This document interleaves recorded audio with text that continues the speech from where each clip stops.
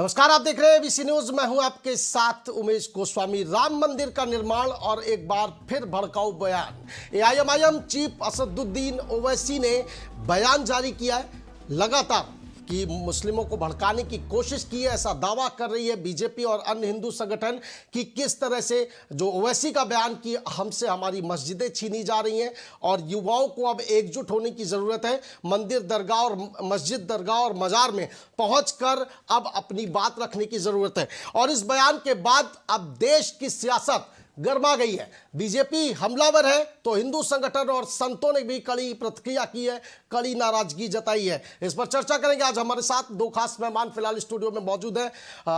फैजल साहब हैं, भारतीय जनता पार्टी से पक्ष रखेंगे, और एआईएमआईएम के जिला अध्यक्ष हैं कन्नौज से हमारे साथ जुड़े हुए हैं इशरत खान साहब। सबसे पहले इशरत खान साहब, आपका रुख करेंगे। पहली टिप्पणी आपकी ओवैसी साहब के बयान पर। गोस्वामी जी, बड़ा अफसोस होता है, भारत की जो मीडिया है आज पता नहीं क्या रुख देती है किस बात को। आप सिंपल सी बात है, ओवैसी साहब ने यहाँ आग्रह किया है हमारे नौजवानों से कि आओ, जब मस्जिदों को आबाद नहीं करोगे, वहां नमाजें नहीं पढ़ोगे, वहां पे इबादत नहीं करोगे तो हश्र खराब होगा आपका। आप नमाज पढ़े, आपकी इबादत गाहें किस लिए है? नमाज पढ़ने के लिए है। हम नमाज पढ़ नहीं रहे, हम मस्जिदों की तरफ जा नहीं रहे हैं। हमारे ओवैसी साहब का सीधा सा अल्फाज है कि मस्जिदों को आबाद करो। जो भगवान ने, जो अल्लाह ने आपको 5 वक्त नमाज पढ़ने के लिए बोला गया है, वो आप मुकम्मल करिए, आपके रास्ते अपने आप से खुल जाएंगे। मैं तो चाह रहा था कि पहली टिप्पणी लूं, उसके बाद फैजल सिद्दीकी साहब को शामिल करूं और उसके बाद इस सवाल पर आऊं, लेकिन आपने चूंकि जो आग्रह शब्द का प्रयोग किया है ना, तो उसमें ये आग्रह, पहले आप कहते थे ना कि कहीं पर भी मस्जिद छोड़ के आप कहीं पर भी वहाँ रोडवेज में, रेलवे स्टेशन पे, सड़क पे भी पढ़िए। अब आप बुला रहे हैं कि आप नई मस्जिद आइए। और दूसरा, जैसा कि आपने जिक्र किया कि हम 500 साल से वहां पर सजदा कर रहे थे।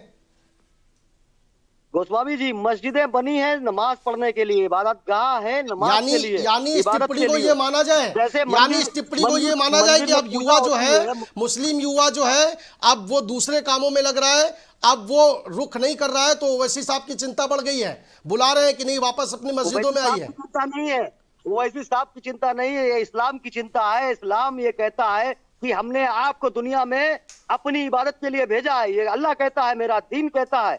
और हम यहाँ पर दुनिया सर, की पहले तो आप लोग डिसाइड करिए सर, डिसाइड करिए ना, भूल गए जी, डिसाइड करिए सर कि आज आप कह रहे हैं कि ठीक है इस्लाम की चिंता है, ठीक है, आप कह रहे हैं कि इस्लाम की चिंता है, और बिल्कुल आपके शब्द जो है वो बिल्कुल जायज है।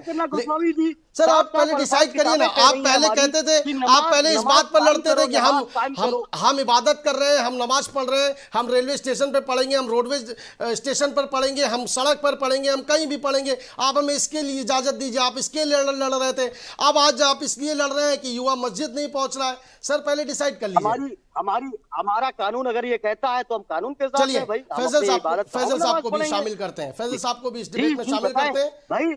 भाई मैं आपको बताऊं गोस्वामी जी, जो आप रुख मोड़ा जा रहा है आज देश में, देख रहा हूं छोटी सी बात को इतना बनाया जा रहा है, क्योंकि आज आने वाला कल 24 का है, 2024 का इलेक्शन लड़ना है भाजपा को।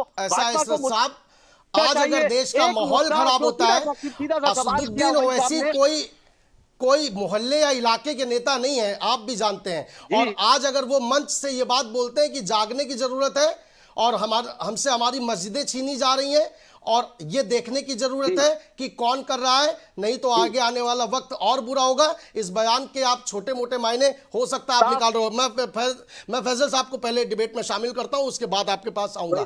फैजल साहब, ठीक है, आप कह रहे हैं कि ये बयान भड़काऊ है, नहीं होना चाहिए। बीजेपी के नेता क्या कह रहे हैं बिहार में कि हिंदुत्व जाग गया तो मुश्किल हो जाएगी, रह नहीं पाओगे आप। तो आप फिर पलटवार अगर उसी शब्द में करोगे तो फिर आप कहने के अधिकारी कैसे हो? देखिए, एक पहली बात अवसर देखा जाता है, बयान देने वाले व्यक्ति का व्यक्तित्व देखा जाता है, और बयान तीसरा पॉइंट आता है मुझे लगता है। अभी अवसर क्या है? अभी मर्यादा पुरुषोत्तम श्री राम का मंदिर जो भारतवर्ष के सम्मान का प्रश्न है, इस देश के इतिहास के नायक श्री राम का मंदिर बन रहा है, भड़काऊ भाईजान के पेट में दर्द हो रहा है। ये कब ये जानेंगे कि सियासत और मजहब दीगर चीजें हैं? ये जब भी सियासत और मजहब को मिलाते हैं, आप लोकतंत्र की अभी बात करोगे, अभी आप हमारे आईन की बात, आप कानून की बात करते हैं इनके ओवैसी साहब कि ये मुल्क चलेगा कानून से। तो क्या मुल्क किसी मजहबी कानून से चलाना चाहते हो आप? अगर लोकतांत्रिक कानून से चल रहा है तो कौन सी मस्जिदें छिन गई भाई? आपको मुझे बताइए एक बात। और अगर आपको लोगों से इल्तिजा करनी है कि वो नौजवान नमाज पढ़े, तो इसके लिए हमारे मजहबी लोग हैं, हमारे बुजुर्ग हैं, वो हमें बताएंगे ना क्या बेहतर है। क्या बताओगे? आप सियासत करो ना। आप सियासत में मजहब का जैसे इंटरफेरेंस कहते हो, वैसे फिर लोग आपको भड़काऊ भाईजान कहने लगते हैं और वो समझ जाते हैं कि आप इस देश के बेगुनाह मुसलमान नौजवानों को भड़का के उनका भविष्य खतरे में डालना चाहते हो, क्योंकि इसी मानसिकता के अंतर्गत संपूर्ण विश्व में अधिकांश रूप से आप देखो मुस्लिम समाज के युवाओं की एक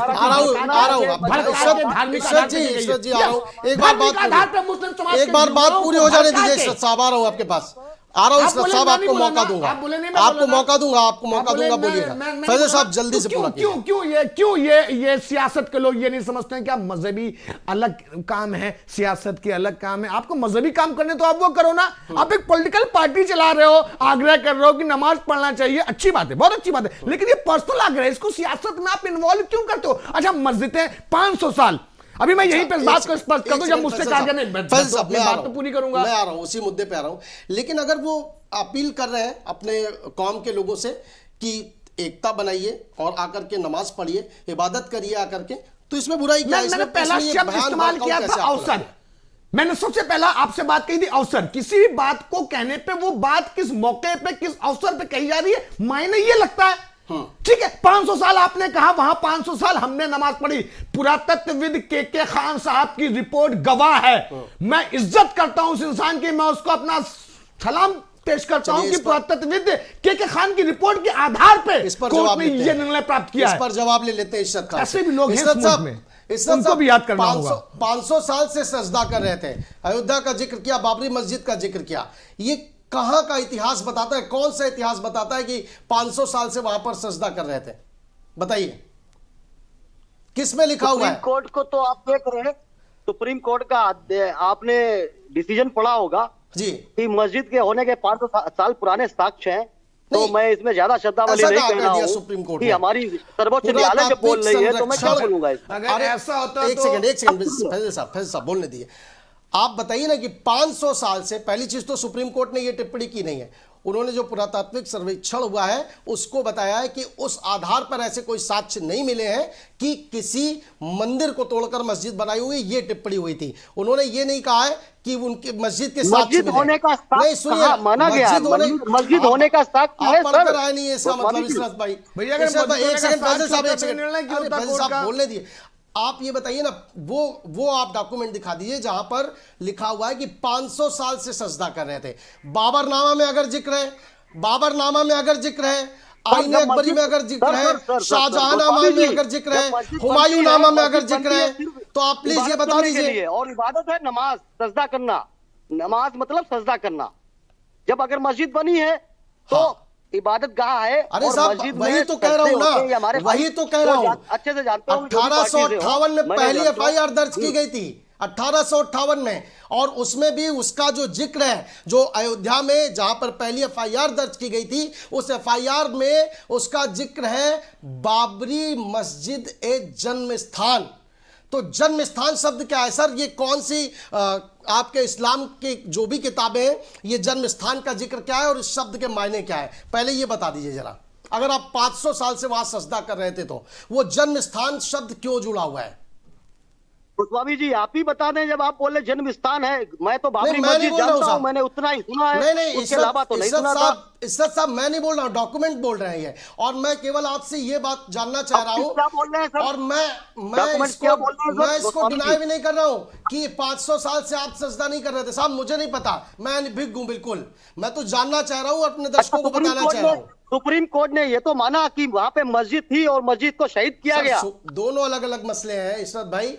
पहले एक एक करके आ जाते हैं। सर, इशरत भाई एक एक कर 500 साल से आप सजदा कर रहे थे, प्लीज जरा इसको क्लियर कर मैं दीजिए ना, ये फिर कह आगे रहा बढ़ हूं, जो देखो मैं इतना डीप में नहीं जाना चाहता हूं, मैं जो आज चल रहा है उस पे बात तो करें। सर फिर मानिए आज कि ये बरगला है, रहे हैं सामने आप, फिर मानिए कि आप बार-बार गलत बात कर रहे बातों हैं। में आप जिम्मेदार हो आप गए, एक सेकंड फैसल साहब नहीं, आपको फैसल साहब डिप्टी आ रहा हूं आपके पास आओ। कि आओ मस्जिदों को Viewers, आबाद फैजल करो, साहब आ रहा हूं ना और आपके मस्जिदों पास, को प्लीज, आबाद करोगे, प्लीज ऐसे फैजल करोगे, साहब। तो अल्लाह ताला आपकी बात सुनेगा, आपको समझेगा चलिए। और आपको गैब से मदद आएगी। ओके, इसके अलावा ओवैसी साहब जी। कह रहे हैं कि अभी 3-4 मस्जिदों पर और नजर है, 3-4 मसाजिदें ऐसी हैं जहां पर और नजर है, और आगे आने वाले समय में अगर अभी नहीं चेते, अभी नहीं ध्यान दिया, तो आगे आने वाले समय में वो भी छिन सकती हैं। साहब इसका मतलब बता दीजिए जरा।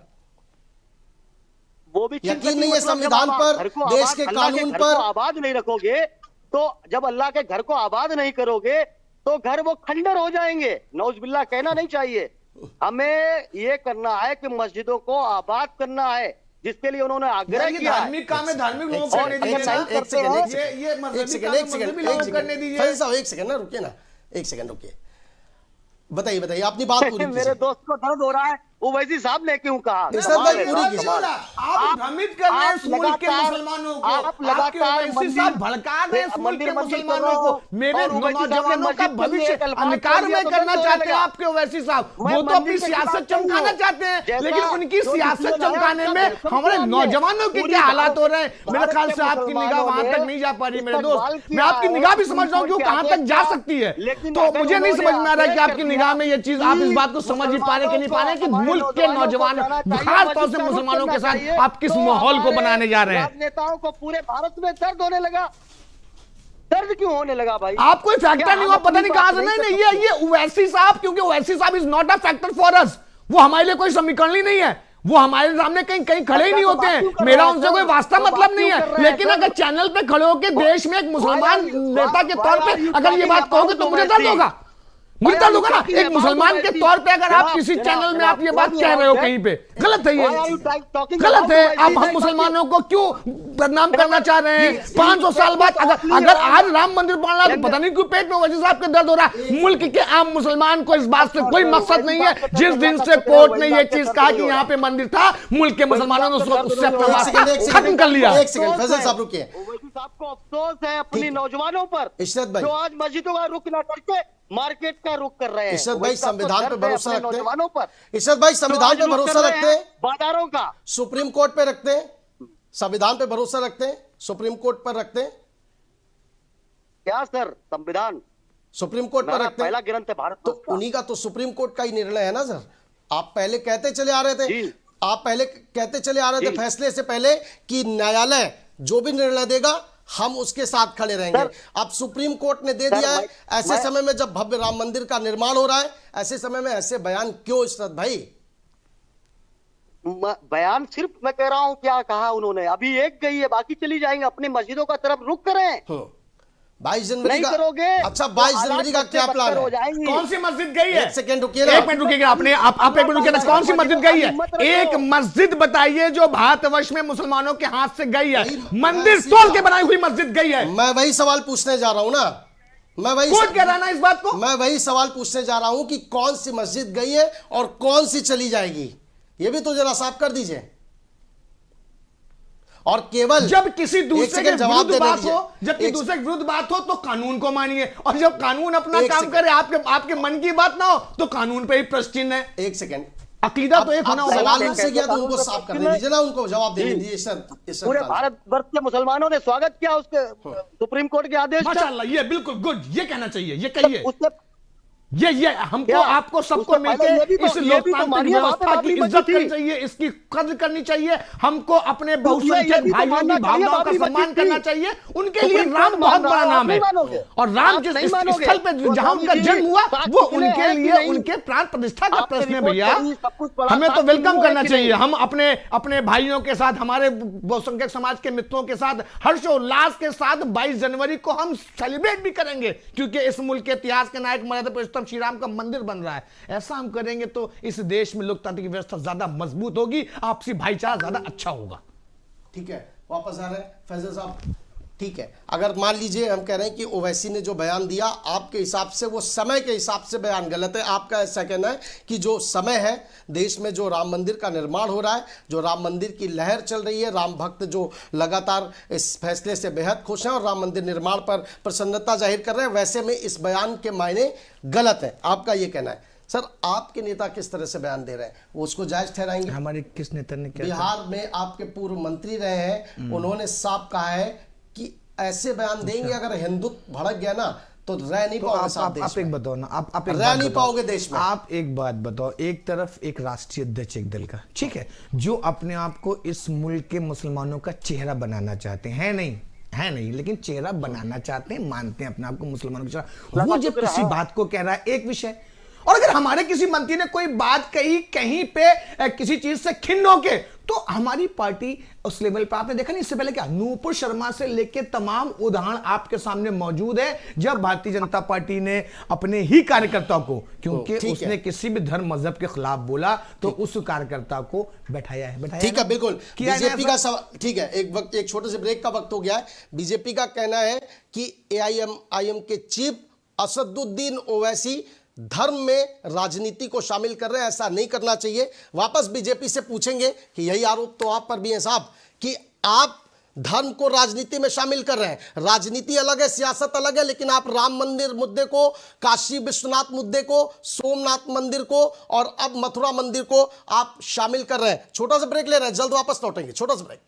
तो ब्रेक से वापस आ रहे हैं। राम मंदिर का निर्माण भड़काऊ, भाईजान क्यों परेशान, इस पर यह चर्चा हो रही है। हमारे साथ स्टूडियो में एक और खास मेहमान जुड़ चुके हैं, मोहम्मद सारिक, समाजवादी पार्टी से हमारे साथ अब चर्चा में शामिल हो रहे हैं। बीजेपी से सवाल पूछा था हमने ब्रेक पर जाने से पहले, वापस उसी सवाल पर आएंगे फैसल साहब, कि धर्म को राजनीति में ना जोड़े, जैसा कि आप कह रहे हैं कि असदुद्दीन ओवैसी कर रहे हैं ऐसे मौके पर ऐसा बयान देकर, लेकिन यही आरोप आप पर लगता है। कैसे आरोप लगता है, मतलब किस आधार पर इस बात को कह रहे हैं, तो मैं उसकी आपको सफाई दूंगा कि आप भी धर्म को राजनीति से जोड़ करके ही देखते हैं। वो राम मंदिर का मुद्दा हो, वो राजनीति के लिए आप उसे बुलाते हैं। आप फिर इस बात को स्पष्टता इस चैनल के माध्यम से मैं अपने देश प्रदेशवासियों से भी कह रहा हूं, मैं आपको भी ये बात समझाना और बताना चाहता हूं, राम मंदिर का निर्माण का धर्म विशेष नहीं, राम मंदिर का निर्माण इस भारतवर्ष की आत्मा का काम है। इस भारतवर्ष की आत्मा है राम, और उनके अगर जन्म स्थान पे मंदिर बना तो आप उसको धर्म विषय से जोड़ लो क्या? मैं तो धर्म विषय से उस बात को कत्ते नहीं जोड़ता हूं। मैं तो देखता हूं ये प्रत्येक भारतवासी के लिए, लेकिन आप जैसे कि आप पहले कह रहे हैं ना कि इस मौके पर जब वो मंदिर निर्माण हो रहा है, उस मौके पर राम सेतु से, उस मौके पर असदुद्दीन ओवैसी का ये बयान है। आप कह रहे हैं ना कि इस मौके पर तो वही तो आरोप लगता है ना साहब, कि जब चुनाव का मौसम आता है तब आप राम मंदिर की याद करने लगते हैं, और 2024 से पहले राम मंदिर का उमेश जी फिर आप याद कीजिएगा, मैंने पिछली डिबेट में आपको इस चीज का एहसास भी कराया है कि पूरे विश्व का एकमात्र राजनीतिक दल भारतीय जनता पार्टी, जिसने अपने जन्म के समय किए हुए वादों को पूरा किया है। राम हमारे लिए कोई राजनीतिक विषय नहीं है, राम हमारे लिए इस देश के अस्तित्व का, इस देश की आत्मा का प्रश्न है। और राम मंदिर के निर्माण के लिए तो भारतीय जनता पार्टी ने अपने जन्म के समय 1980 में ये वादा आपसे किया था ना, और भारतीय जनता पार्टी ने उस वादे को पूरा करने का कोर्ट की मदद से प्रयास किया। मोहम्मद सारिक जी से इसका रिएक्शन लेंगे। मोहम्मद सारिक जी, पहला तो आप इस पर जवाब दीजिए कि धर्म और सियासत अलग अलग है, राम मंदिर अलग मुद्दा है जैसा कि बीजेपी कह रही है, उसका सियासत से कोई लेना देना नहीं है।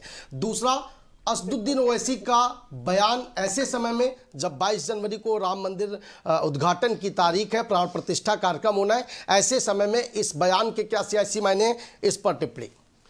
देखिए, सबसे पहले जो भारतीय जनता पार्टी ने जो भी बात कही कि ये धर्म से अलग, राजनीति से अलग मामला है, ये हो ही नहीं सकता, क्योंकि भारतीय जनता पार्टी का वजूद ही धर्म के आधार पे हुआ है।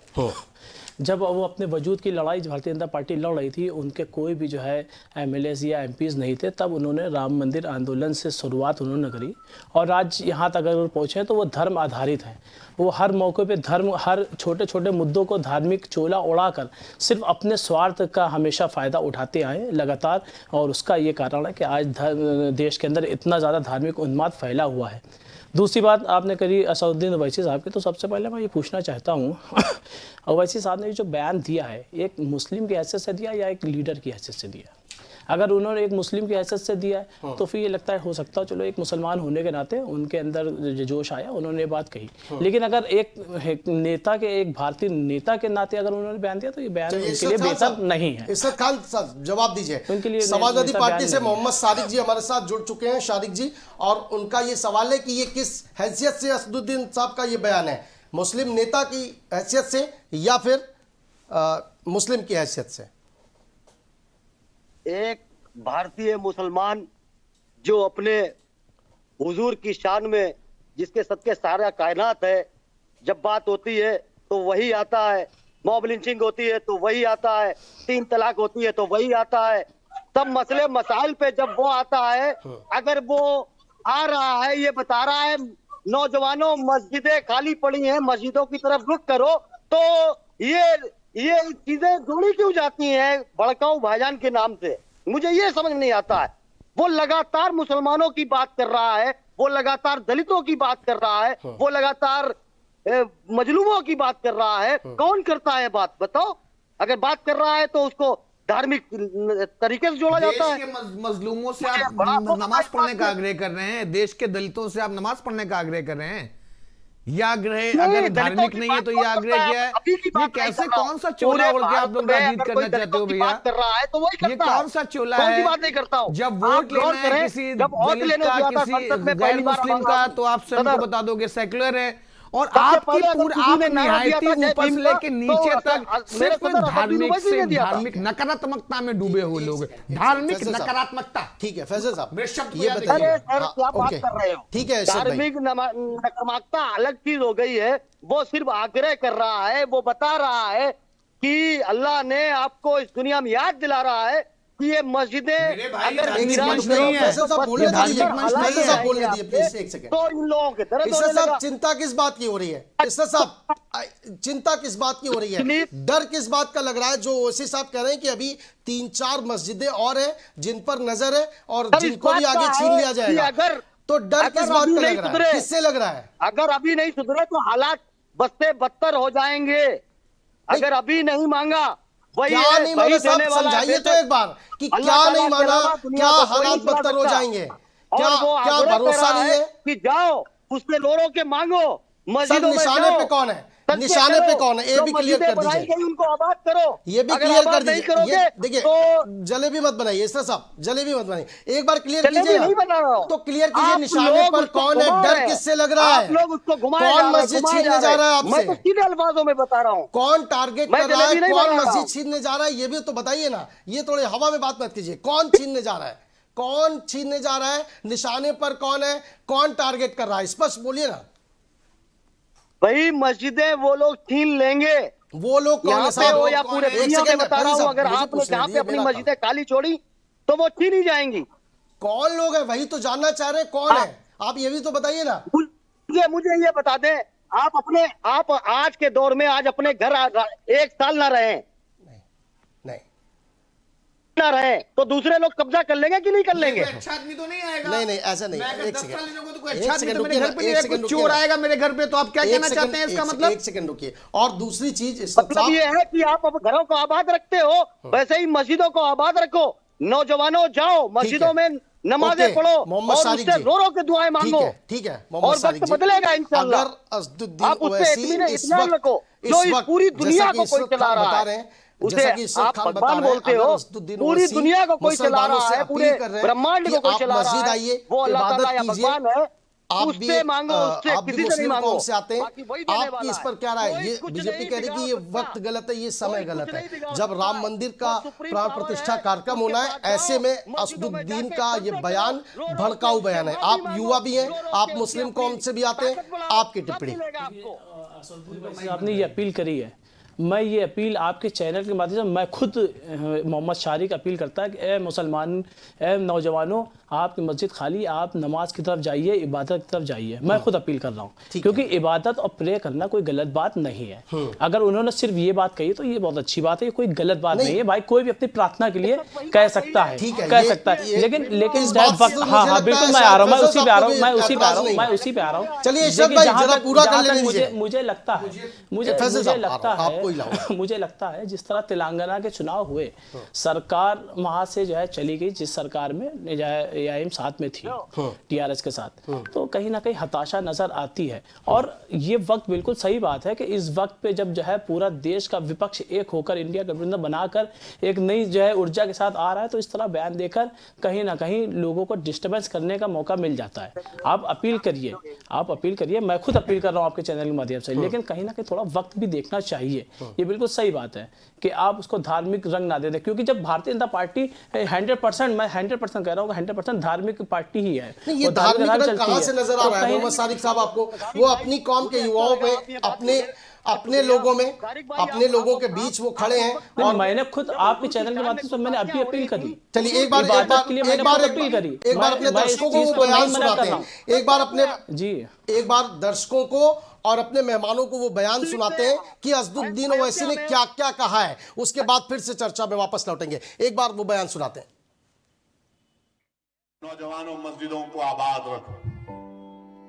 नौजवानों, तुमसे मैं कह रहा हूं, हमारी मस्जिद हमने खोदी और वहां पर क्या किया जा रहा है आप देख रहे हैं। नौजवानों, क्या तुम्हारे दिलों में, हमारे दिलों में तकलीफ नहीं होती कि जिस जगह पर हमने 500 साल हय्या अला सलाह और हय्या अल फलाह की सदाएं दी, जहां पर हमने बैठकर कुरान करीम का जिक्र किया, जहां पर हमने बैठकर सलात और सलाम के नजराने पेश किए, आज वो जगह हमारे हाथ में नहीं है। नौजवानों, क्या तुमको नहीं दिख रहा कि अभी ऐसे 3-4 मसाजिद हैं जिसमें दिल्ली की सुनेरी वाली मस्जिद भी है? मेरे अजीज दोस्तों, याद रखो नौजवानों, ये जो ताकतें हैं ना तुम्हारे दिल से, जब इत्तेहाद को निकालना चाहते हैं, क्यों निकालना चाहते हैं? मिली गीरत को खत्म कर दिया जाए, मिली हमियत को खत्म कर दिया जाए। बरसों की मेहनतों के बाद आज हमारा एक मुकाम हमने पैदा किया, तो ये आपको इन चीजों पर गौर करना है। अपनी मिली हमियत को, मिली अपनी ताकत को बरकरार रखिए। नौजवानों, मस्जिदों को आबाद रखो। कहीं ऐसा ना हो कि मस्जिदें हमसे छीन ली जाए। मुझे उम्मीद है कि इंशाअल्लाह ताला आज का ये नौजवान जो कल का बूढ़ा होगा, वो अपनी नजरों को आगे रखकर अपने दिमाग पर जोर डालकर सोचेगा कि किस तरीके से मुझे अपने आप को, अपने खानदान को, अपने शहर को, अपने महल्ले को बचाना है। इत्तेहाद एक ताकत है, इत्तेहाद एक नेमत है। निफाक और इंतशार मौत है, याद रखो। तो इशरत खान साहब, सुना आपने? ओवैसी साहब कह रहे हैं कि 500 साल से हम सजदा कर रहे थे वहां, और आज वहां पर क्या हो रहा है। साफ तौर पर इशारा है अयोध्या की ओर, बाबरी मस्जिद या विवादित ढांचा जो भी कहें आप उसको, उसकी ओर, कि आज वहां पर क्या हो रहा है, यानी कि आज वहां पर राम मंदिर बन रहा है। मस्जिदें ऐसे ही हमसे छीन ली जाएंगी। चार मसाजिद और हैं जहां पर यह प्रकरण चल रहा है। वो लोग कौन है, ये जानना चाहते हैं इशरत साहब। वो ताकतें, वो लोग कौन है? अब वो लोग देख लो कौन है, आपको नहीं पता है क्या? नहीं साहब, मैं नहीं जानता। मैंने आपसे पहले भी कहा मैं नहीं जानता सर। आप प्लीज बताइए, मैं नहीं जानता, मुझे नहीं पता ये दहशतगर्द कौन है या वो ताकतें कौन है। वो लोग जो हेड स्पीचेस दे रहे हैं। सर हेड स्पीचेस कौन दे रहा है, ये भी तो बोलिए ना, खुलकर भी आप नहीं बोलते हैं। उसको तो बोलने दीजिए आप। वो लोग हेड स्पीचेस दे रहे हैं, आपको नहीं पता कौन दे रहा है? ठीक है, मुसलमानों के कत्लेआम के मंसूबे बनाए जाते हैं, आपको नहीं पता कौन कर रहा है? नहीं साहब, मुझे नहीं पता ना, मैं तो बोल रहा हूँ, आप बोलिए ना, आप बताइए खुल करके, आप घबरा क्यों रहे हैं? भारतीय मीडिया है, आप घबरा क्यों रहे हैं? आप बताइए ना, आपको मुझे नहीं हैदराबाद पता से है। आवाज आई, वो सुनाई पड़ गई भड़काऊ भाईजान की, और दुनिया में जो चल रहा है मुसलमानों के खिलाफ वो नहीं सुनाई पड़ता आपको? नहीं, बड़ा दुनिया में अफसोस होता है गोस्वामी जी कि एक तरफा बात करते हो आप। ठीक है, अगर आप वाकई में मीडिया हो तो आइए सामने लड़िए आके हमारी लड़ाई। सर लड़ाई, सर हम चलिए सबकी तो लड़ाई मतलब लड़ते हैं, हम सबकी लड़ाई लड़ते हैं, लेकिन जब ऐसे मौकों पर देश के सबकी युवाओं लड़ाई को तो नहीं भड़काने की लड़ते हैं कोशिश की आप, जाती अफसोस तो इसी है, तो बात वो भी का है, दिखाना सर। हमारा फर्ज है। अगर सबकी लड़ाई लड़ना चालू कर दे तो जब छोटे ओवैसी कहते हैं कि 15 मिनट के लिए पुलिस हटा दीजिए, हम दिखा देंगे कि हमारी क्या ताकत है, वो भी दिखाना हमारा फर्ज है, और वो भी हम दिखाते हैं कि उससे आप किसका भला कर रहे हैं और कितने नौजवानों युवाओं का भला कर रहे हैं। इसलिए ये हमको क्या काम है ये मत बताइए आप। समाजवादी पार्टी को रुख करेंगे। जब आपको क्या, हमारा भाई कोई एक भटक सेकंड, जाएगा तो उसे बताना जरूरी है कि रास्ते पे आओ और वो दिखाओ जो दुनिया देखना चाहती है, सर, वो मत दिखाओ जो दिख रहा है।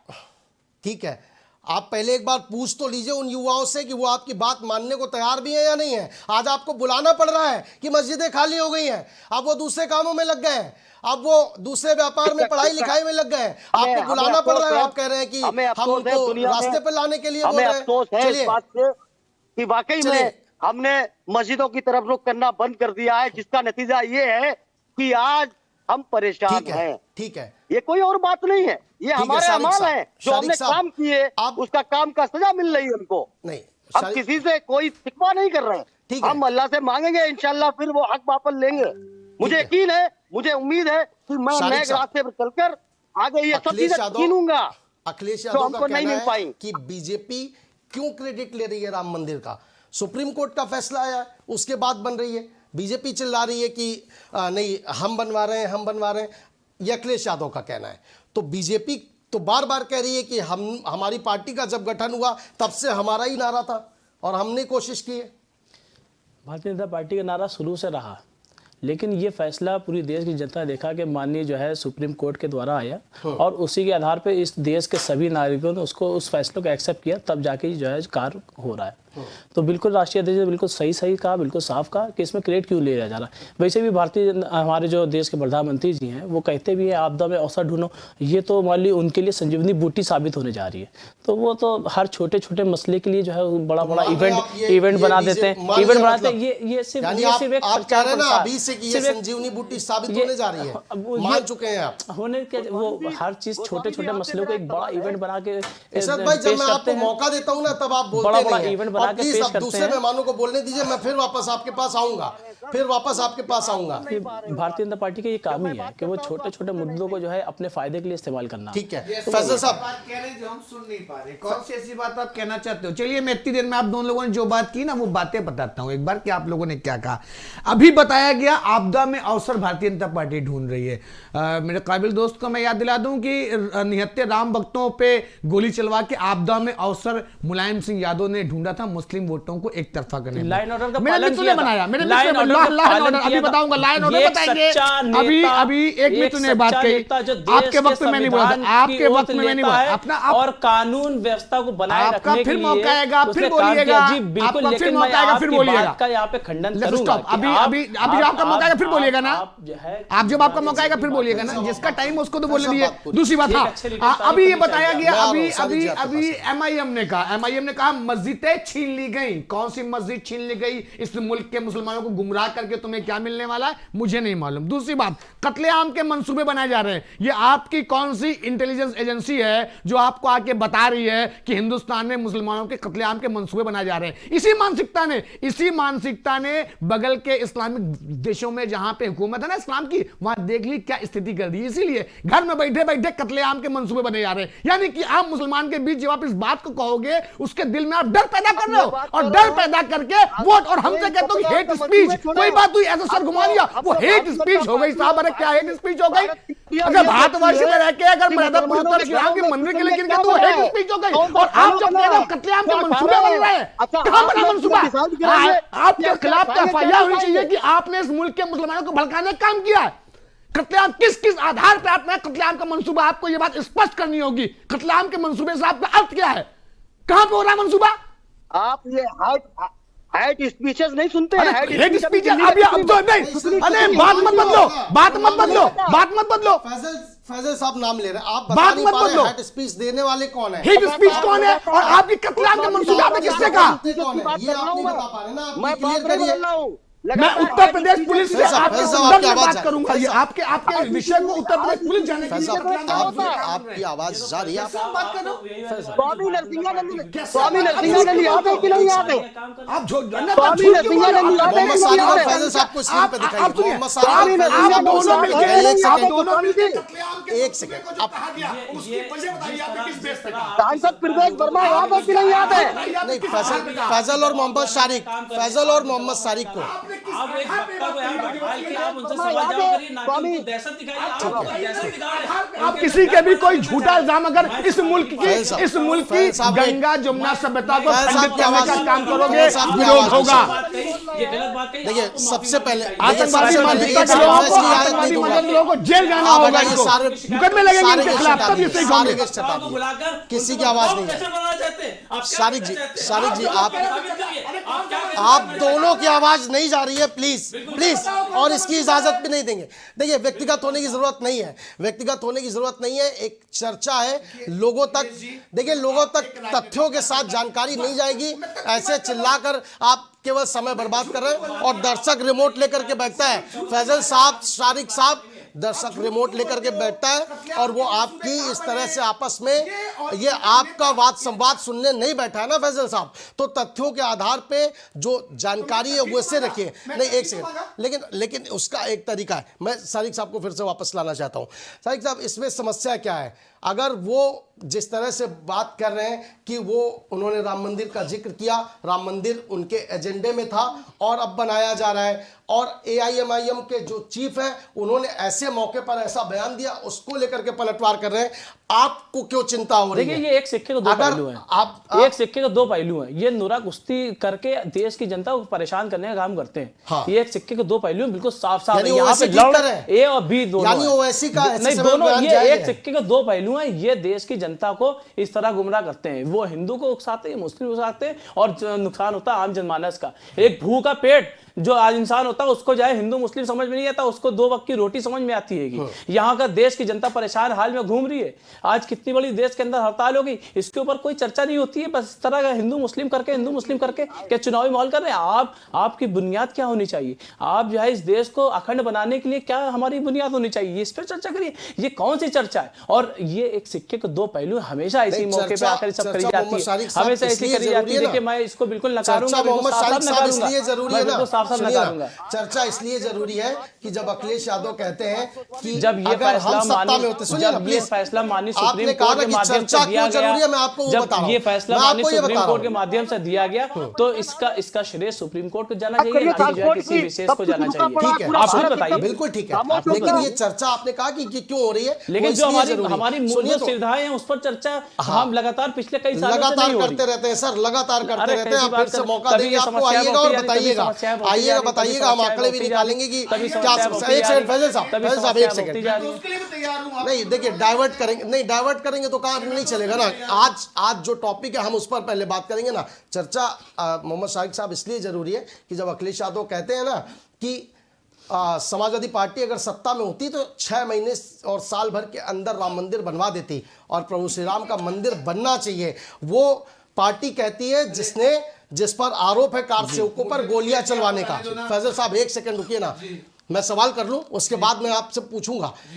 और चर्चा इसलिए जरूरी बन जाती है शारिक साहब कि जब अखिलेश यादव कहते हैं कि इसका श्रेय बीजेपी ले रही है, वो गलत है। सुप्रीम कोर्ट के आदेश पर और भगवान राम का और भव्य मंदिर बनना चाहिए, ये बहुत छोटा मंदिर बन रहा है। इसलिए चर्चा जरूरी हो जाती है, क्योंकि जो सत्ता में रहते हुए अयोध्या नहीं गया, राम मंदिर नहीं गया, आज राम मंदिर की बहुत चिंता हो रही है। आपने कहा राष्ट्रीय अध्यक्ष जी ने ये बयान दिया, लेकिन राष्ट्रीय अध्यक्ष जी का बयान कब आया? जब माननीय सुप्रीम कोर्ट ने ये फैसला दे दिया। ठीक है, फैसला आने बाद ये फैसला किया कि अगर समाजवादी पार्टी की सरकार होती तो वहां पे होता। कब होता? जब सुप्रीम कोर्ट ने फैसला दे दिया है तब। सरकार नहीं है तो उत्तर प्रदेश सरकार किसकी है? योगी जी की। तो श्रेय योगी जी ले, क्यों जो है नरेंद्र मोदी जी श्रेय ले रहे? आप श्रेय का देने की बात कर रहे थे। देखिए, आपने अखिलेश यादव और उनकी उत्तर प्रदेश की बात करी, फिर आ रहा हूं, मैंने बात करी। देखिए, अगर मैं आपकी बात का जवाब दे रहा होगा, श्रेय की बात है, तो आप फिर उत्तर प्रदेश की बात आइए, उत्तर प्रदेश की बात आइए। लेकिन आप उत्तर प्रदेश ना छोड़ के आप दिल्ली जा रहे हो, तो फिर इसीलिए यहाँ पे हम लोग कहते हैं कि ये फैसला इस देश की न्यायालय ने दिया है, तो इस देश के न्यायालय को अगर श्रेय देना तो आप उनको दीजिए। ठीक है। तो और बाकी ओवैसी साहब की बात रही, तो ओवैसी साहब का ये अपना जो बयान है, आप ही के पास आ रहा हूँ।